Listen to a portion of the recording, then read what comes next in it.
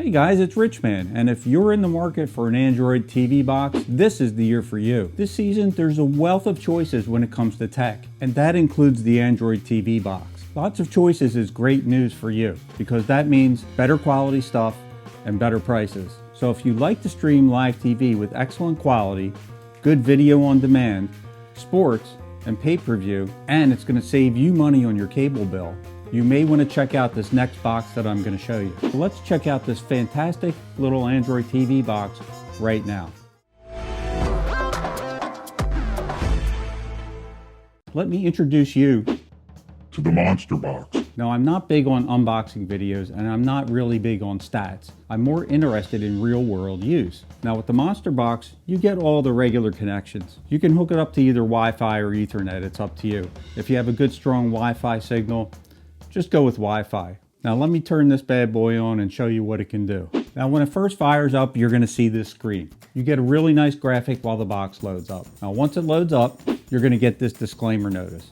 The disclaimer notice comes with most Android TV boxes today. It basically says that anything that you're going to stream on this box is your responsibility. By the way, this remote that comes with the box doesn't come with batteries, so you're going to need a couple of AAA batteries. So let's scroll down and we're going to click on agree. And once we do, it wants you to set up your screen size. That way, the video is going to fill the whole screen for you. So just click the up button until we get to 100%, and then you're going to click next. Now you're going to set up your Wi-Fi. If you don't want to use Wi-Fi, just plug in your Ethernet. I'll set up my Wi-Fi and I'll be back in a minute. Now after you input your password, just click on connect. Once it connects, scroll down to finish and click finish. You've got live TV, video on demand, playback feature, which is excellent. You've got your favorites, App Store, and a dedicated browser button. Down here, you can add your favorites. So after we come to this screen, we're all signed into Wi-Fi. You want to go over to the App Store. So we're going to set up the apps that you want to use with the box. Now here you get another disclaimer. It'll give you a countdown timer. Once it's done, we're going to click OK and proceed. Again, this basically says that you're responsible for any content that you stream. That's why you definitely want to set yourself up with a VPN, guys. And this is a good spot to tell you about the one that I use, and that's IPVanish. I'll leave a link in the description below. It gives you a great discount for IPVanish for a year, and check it out when you get a chance. If you're streaming content on the internet, on your mobile device, on your home computer, you definitely should be protecting yourself with a VPN. So check it out below and save yourself some money. Now we're going to click the OK button. Once it loads up, we're going to download some important apps. So the first thing that you want is Sterling Live. Click on that. You're going to see it progress here. It's already downloaded, but wait until this arrow turns green. You see it now has the green check mark. Now we're going to want Sterling Playback. Click on that. Again, wait for the green check mark. And then you want Sterling VOD. And once we get the check mark, we're going to go back to the home screen just by hitting the home button on your remote. The remote's very responsive, by the way, and so is the box. So we're going to go into live TV first, scroll over, and then click on the add button, and we're going to add Sterling Live. So click on that, and you'll see a little gray check mark show up here. If you hit the return button, you'll go back, and you see now Sterling Live has appeared under live TV. Now let's go back to the home screen. We're going to continue setting this up. Go to VOD, click add, and we're going to add Sterling VOD. You'll see the gray check mark again. Go back a screen, you'll see it's added. Back to the home screen, we have one more to set up, playback. Click on playback, click the add button, add playback, and there it is. So now if you'd like to add some other apps, you can go back into the App Store. And once you go in here, it's already got some apps that you may want to use. For instance, it has YouTube here. So I'm going to go over, click on YouTube, let it download, and wait for the green check mark.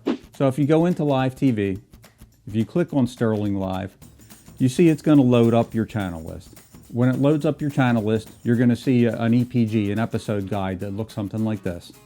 And if you go up to the top here, you can go through different categories.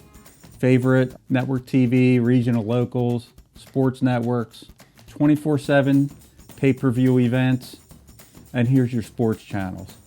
If you scroll down the list of channels, you'll see it's huge. So let's go back to the home screen. And then if you go into VOD, click on Sterling VOD. Now first it's going to ask you to set a parental password. You don't have to do that. If you click once on the return button, that's going to go away. I mean, if you don't have small kids in your family or in your household, you don't really need a password. And here you can go through the categories just like on live TV.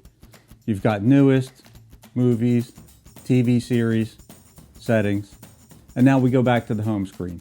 Now your playback feature. So click on playback and you're going to see another channel listing here. So if you scroll down, you'll see there's 38 channels that are supported. Up the top, you've got the last 7 days. So let's say you want to watch the History Channel, what's been on the last 7 days. You can scroll over on the top, you can choose the day, and you can view what was on in the last 7 days. Now let's say we want to add something. We want to add one of your favorite apps. So you're just going to go down, press on the first one here, and we're going to choose an app. I'm going to choose YouTube. When you get the check mark, and you go back to the home screen, you'll see it's now down here. Down the bottom, here's your settings. So if you change internet service providers, here you can change your network, your Wi-Fi. It has your network and internet here. If you go down to device preferences, this is where you can change your date and time, language, etc. Also down here, you got folders, and here's where you can clean out your system memory. And then we've got a speed test, which first it's going to ask you to set up Google Chrome. You don't have to set it up. You can go down and accept here. And once you accept, you don't have to sign in. You can if you want to. But I'm just going to go down and click on no thanks. And then it's going to come up with the speed test. Now let's go back to the home screen. The other feature is the chat feature here. So when you come into here, it gives you 4 QR codes. It shows you one for monstertvbox.com. You've got a support center here. You got their official Facebook page, and you got the WhatsApp customer service with the phone number down the bottom. So that's just some of the features of this great Monsterbox.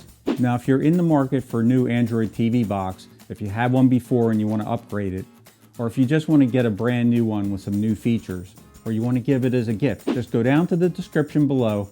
I've got a great discount link for you there.